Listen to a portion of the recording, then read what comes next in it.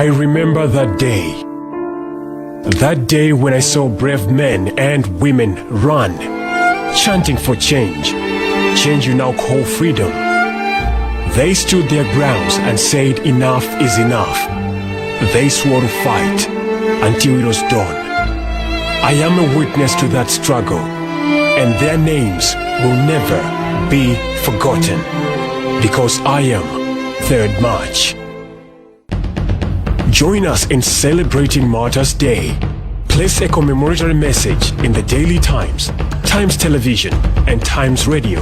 For more details, contact Blantyre 0887 005 791, Lilongwe 0887 005 793, Zuzu 0881 551 344, Zomba 0888 652 428. It's about time. Ni program ya Tikudziweni Pa Times ine dzina langa ndine Alik Ponje. Cholinga cha program ndi kuti tizidziwana ndi anthu ochita zosiyana-siyana kunja kuno kuti tikhoza kuphunzirapo ziwiri kapena zitatu. Timakhala tikudziwana ndi oimba, azitsuzo, osewera mpira, ngakhala ndale amene kuti kodi moyo wawo ndi wotani. Ndipo lero tikhala tikudziwana ndi mmodzi oimba nyimbo za uzimu, Chigo Grace, kuti timvetse kuti moyo wake ndi wotani kumbali ya ngati munthu komanso kumbali ya mayimbidwe. Koma tisadapitize ndi program yathu, bwanji titaonerapo nyimbo imodzi at least pakhale ngati poyambira kudziwana ndi Chigo Grace. Tikulandireni ku program ineyi Chigo Grace. Kodi Chigo Grace pali first name ndi surname mpompo? So even the first name with middle name. As I was saying, the Chikomezi Grace Kwagwanji. Kwagwanji, okay. Chabwino tikamati Chigo Grace ndi ndani? Chigo Grace ndi oimba. Timaimba nyimbo za uzimu. Oimba. Timaimba nyimbo za uzimu. Also, apart from music, ndinabanga environmental health polytechnic. I grew up in Lilongwe, area 12. My family ana atatu inuka oyamba. Banobatu mukaya kuplanta. And I'm working as a teacher for Malawi Primary School. So ndimaimba komanso ndinephysics. Kuimba unayamba bwanji kuti ufike poti ndithu wayamba kuimba nyimbo zako zamba kutuluka kukulu? Okay. Ndisanaphize poti nyimbo zamba kutuluka kukulu. Ndinene kuti I come from a background ya anthu oyimba. Of course, not many of them came out to be professionals in music. Komano my younger in personal and I did voice ya kulonga kanisana, but she didn't go out as a professional singer. The late one bani kandawile and I am goanga. So in here as a child, ndimaona mayanga maimba. Komanso ine ndimata kuimba nyimbo nyinakandi. Ndamaona ku TV. Ndimata kuimba bandika. Komano anthu ena amina mukhala around. I was in there. Who can't get much and you see, in this, I think I could see what so from a young age, I would follow my mom. I would require practice. Then in my area 12 linga Mississippi. So I developed that interest in music. Growing up, so I grew up in the same church school in Mississippi, and I joined the praise team, so I would sing there as well. The school also, now basically I would do my imba church. So because in the figure one I would to get cool. There was a certain day I looked at myself and I said, I think I have a gift. And my imba church most of the times. And I'm experience gift young and I'm in church. So that day I said, what should I do? It shouldn't just be at home church. I'm in I decided to go to the studios. I said, and if I go to the studio, at least nyimbo zanga zizi going to play radio, and then I'll reach out to a lot of people. Even in 2008. What is student? Students. 2008. So I wrote a song, I composed a song, Busa Wanga, that was my first single. And Nabita Nayo studio, and then in a radio station, and the reception was really good. I was happy, at least now I've gone out of church to at least a certain audience in church. Yeah, so yeah, that's basically how I started.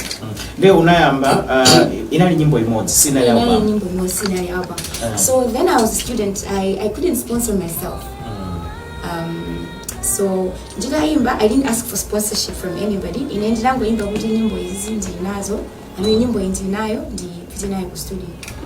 Then there was a certain lady who heard my song, who listened to it and said, I think there is a gift in this young child, in this young girl. That's when she sponsored for the whole album. That was my first album. You Are Righteous. The late Tema Changa, sponsor. So it was my first album, You Are Righteous. Nyimbo sisi navuta so kulemba. Ndinamaliza kulemba, and then I released an album there. Kutoka pamenepo, unatenga break. Kapenda maimba be pakati. I'm asking this because ndaonoti panopa pamene kwatuluka nyimbo zako like they are all over. Kuta kuyanga na ma TV mawele sounds like okay. Pakati po muntu yosama veka, what was happening? Yeah. So 2008 I did my first album. 2009 I did my second album. I think then I wasn't exposed to the music industry or to anybody who could guide me and lead me. Could I have a gift? I go to the studio and let my songs go to people and let them listen to the songs.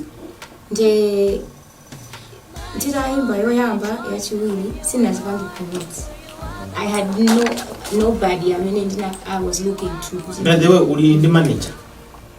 Kabana, you just manage your way. Manage you. Do you have somebody who manages your music? For instance, okay, let's say you should strike a deal. So who do the concert? Who do the contact? Contract. Maybe I can say I have sponsors. My husband sponsors me. There was a certain man who came along. I think there's a gift in this person. Let me manage her. It's not like a serious thing. We didn't sign a contract and everything, but the person just saw the gift in me and said, "Let me also help." Okay, but temagamba zote watu kutauba mweyamba yajiwiri. Then the latest in Yachitatu. The latest in Yachitatu, that one, I think it was 2017. 2017. So banana gap. Is it 2019? 2019. Yes, there was a gap. So I think after 28 and then 29, that was my 2 and then I got married, I think, in 2010. Yeah. So it's not like marriage that made me take a break. I think I can't really say stop. I was still writing.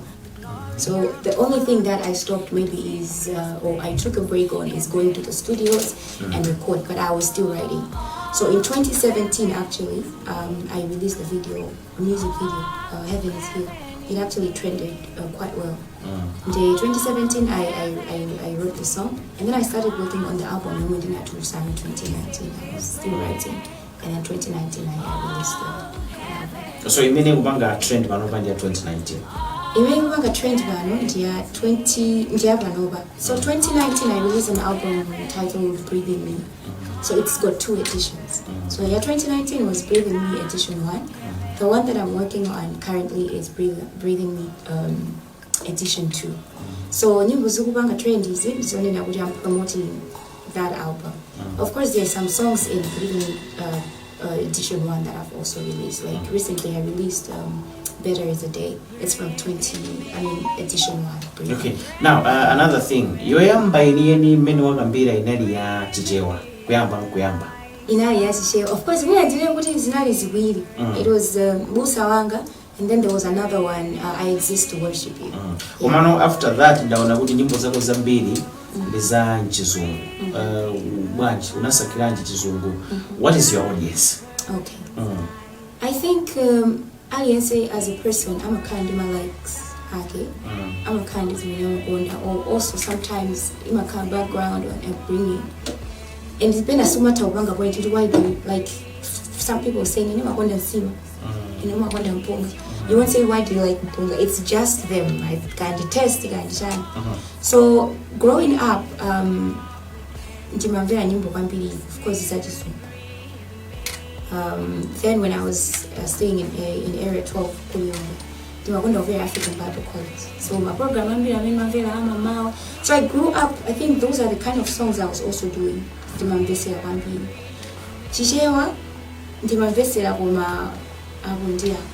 So I think that in our build up and then I think the other thing was I know that music is universal. You can sing language in a but you can still communicate in the language of music. But I still feel good English is a universal language in a way. And if you sing a song, what Nigeria what UK what South Africa much as we have our languages. So I'm still working on doing Nimbo. Zaji was what when he said because I'm Malawian and I need to be patriotic. Okay, do you do my shows? Unapanga show ditu ukapanga perform kuti kuli show ya Chico Grace. I haven't done a show before. I was planning on doing a show before COVID came. Actually, I remember I was geared up because I think the Chaka from 2017-18 music, you know, when I saw the industry, people come in and do music. It was inspirational. So I also said I think this year my music, this time around, let me take music seriously. So I said, I think I need to connect with an audience.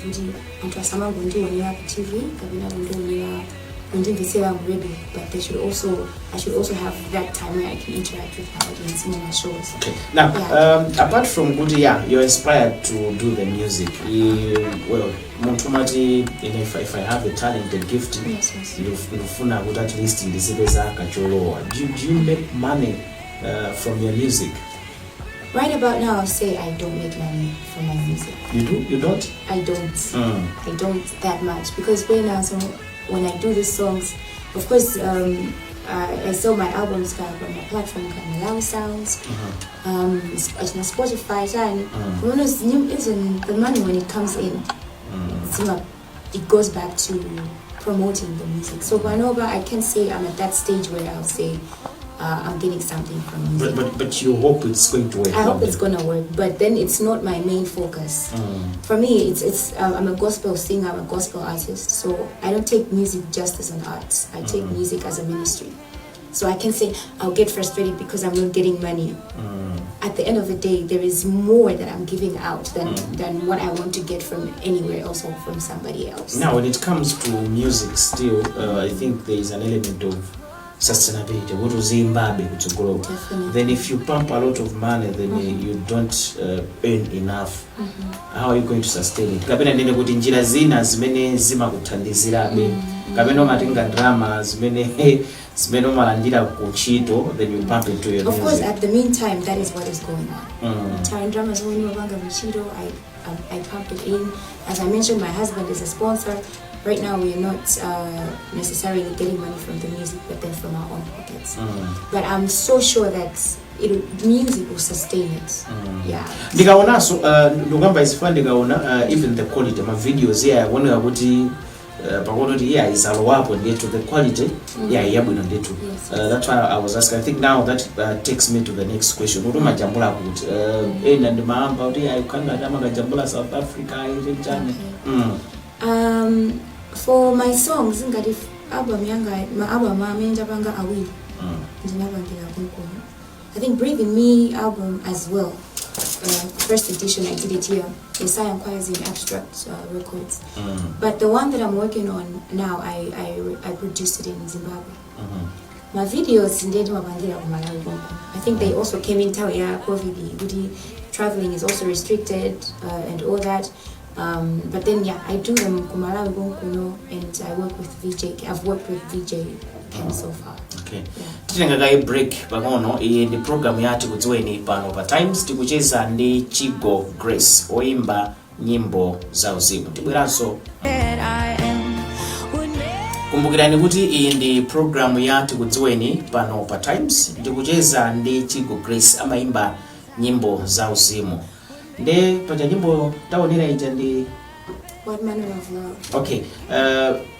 Unaijambula motani inabwera bwanji anzathu music mana kuti inspiration, you are inspired. What inspired you to come up with that song? Okay, so as I mentioned, I sing gospel music, and because I'm a Christian. So nyimbo zanga zambiri zimakhala kuti ndikuzilemba because of my relationship and interaction with God. So that song, What Manner of Love, is a song that came pamene ndimaona za chikondi cha Mungu amatumikira chikondi chake kwa ine. It's a song that I released nthawi ya Easter. So it says, what manner of love is this? It penetrated the tiniest of holes just to find me. Okay, so that I was looking at the whole of divinity. Jesus left heaven and penetrated the tiniest of holes, meaning he left his glory, a place of glory, and came to this place, a humble place called earth. Why? Because he just came for me. And it also says a love that calculates no cost, to the point that it succumbed to death. You know, the immortal one succumbed to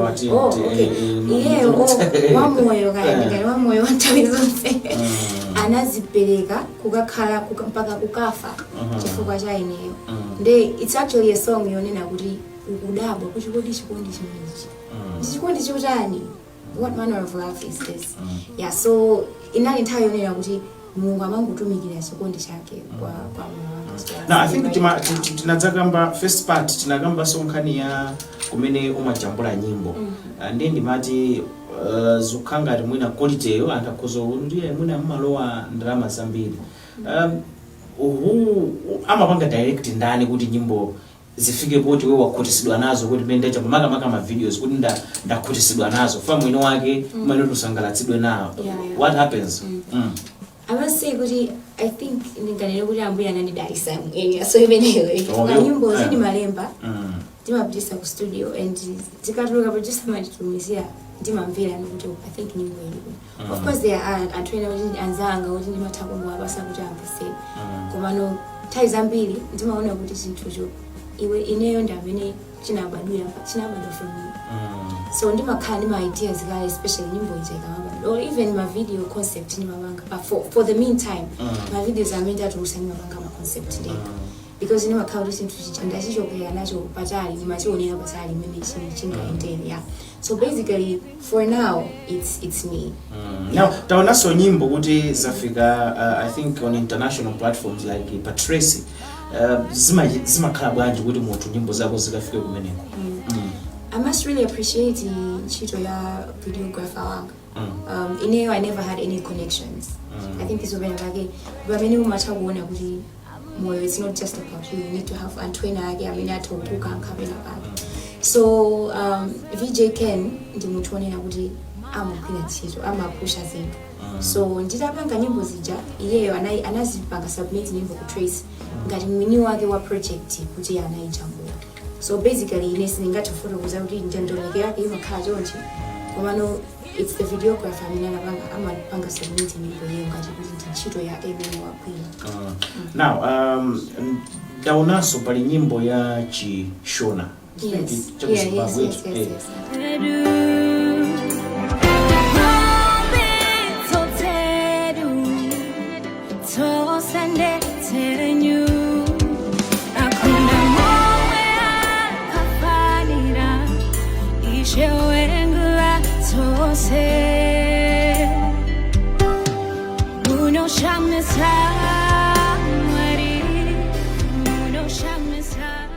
umayankhula Chishola ndimayankhula pang'ono.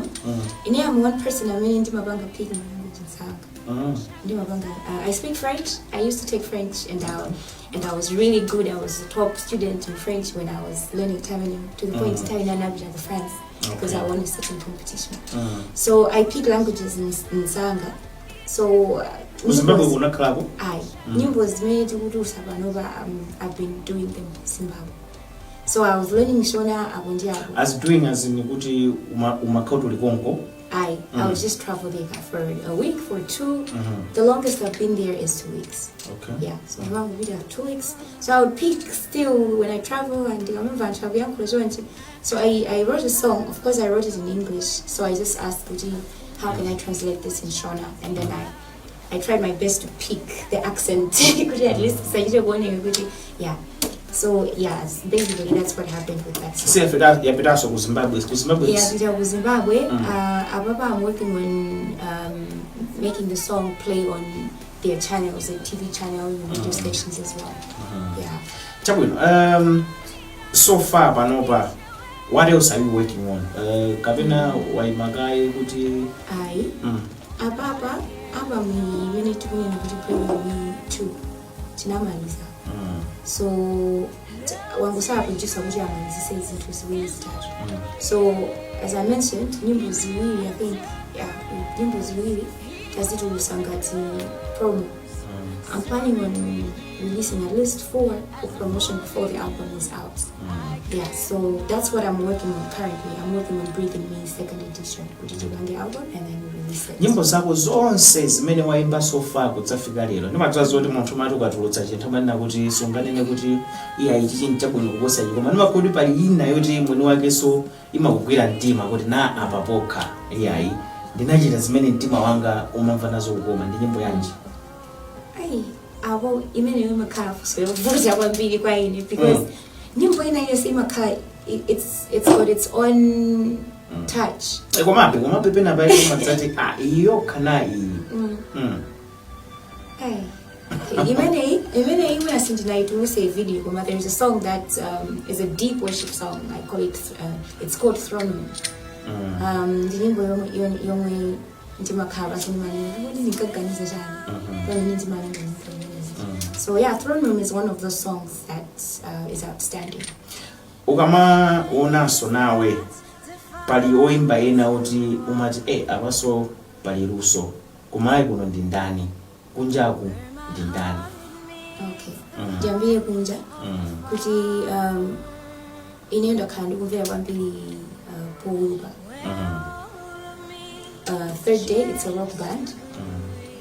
I think Ajina Jesus Carter ni mavela Ajina Bethel kuma when ndi makonda kwambiri Paulo from outside the country. Kuma kuno anthu akuimba ndithu Ajina Shama, those guys are called Ajina Shama vocals. They have talents and music akuiga batali Ajina Nyamata ambi Ajina Beraka Ajina Melvin Music. Malawi ambiri ndi mavesera Ajina kwa there's a certain lady Ajina Glosses man which I think I am papompana. Kulia trainer oti mina so anthu sakwaziwa Ajina Shireen sana tuluke komano when I sit down their songs oti matakhala also wachula utati ufuna kuti upange collaboration ndi mmodzi because panga ndinda. I think itawanga ndi architect family. Ama nsangasa content ya nyimbo yao and muli utenga nyimbo zao ndito. Omaliza pamene tikupita kumapeto kwa program. Maumaliza watu waimba kwani. Maumaliza kawoimba kaya kwao amene akutionera ndi kuti. Yeah. Okay. Kwa amene akutionera I think we can't run away from the fact kuti tikudusa zinthu nyimbo zosintha. Anthu andimantha anthu akuluza achibale yawo. I for one I lost my uncle to COVID-19. Komano tenti kwilane manja. COVID-19 ndintenda liyonera kuti yatekesa se. Komano I think ine personal kwa ine ndikuona kuti nditayo kuti anthu titawire kwa Mungu.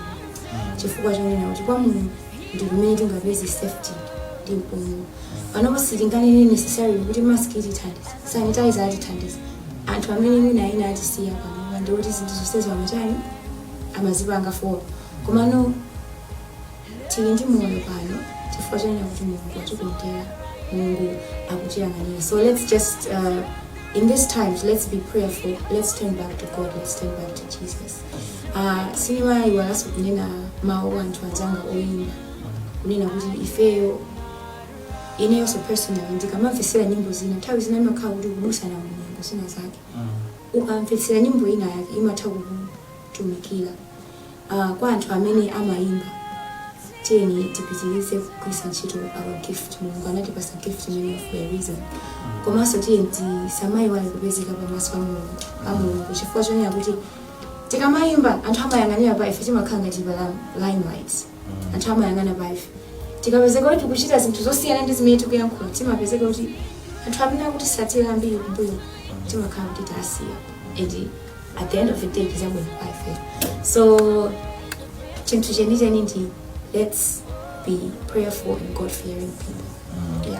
Ndakuthokoza kwambiri Chigo Grace kuti unalola kubwera program imeneyi. Tikatero ndi kuti tatsirizanso program imeneyi ya Tikudziweni pano pa Times lero timadziwana ndi Chigo Grace oyimba nyimbo za uzimene dzina langa ndine Ali Kwagwanji ndikuthokozeni kwambiri kuti munali pamenepo kuonera komanso kumvera program imeneyi. Bye bye.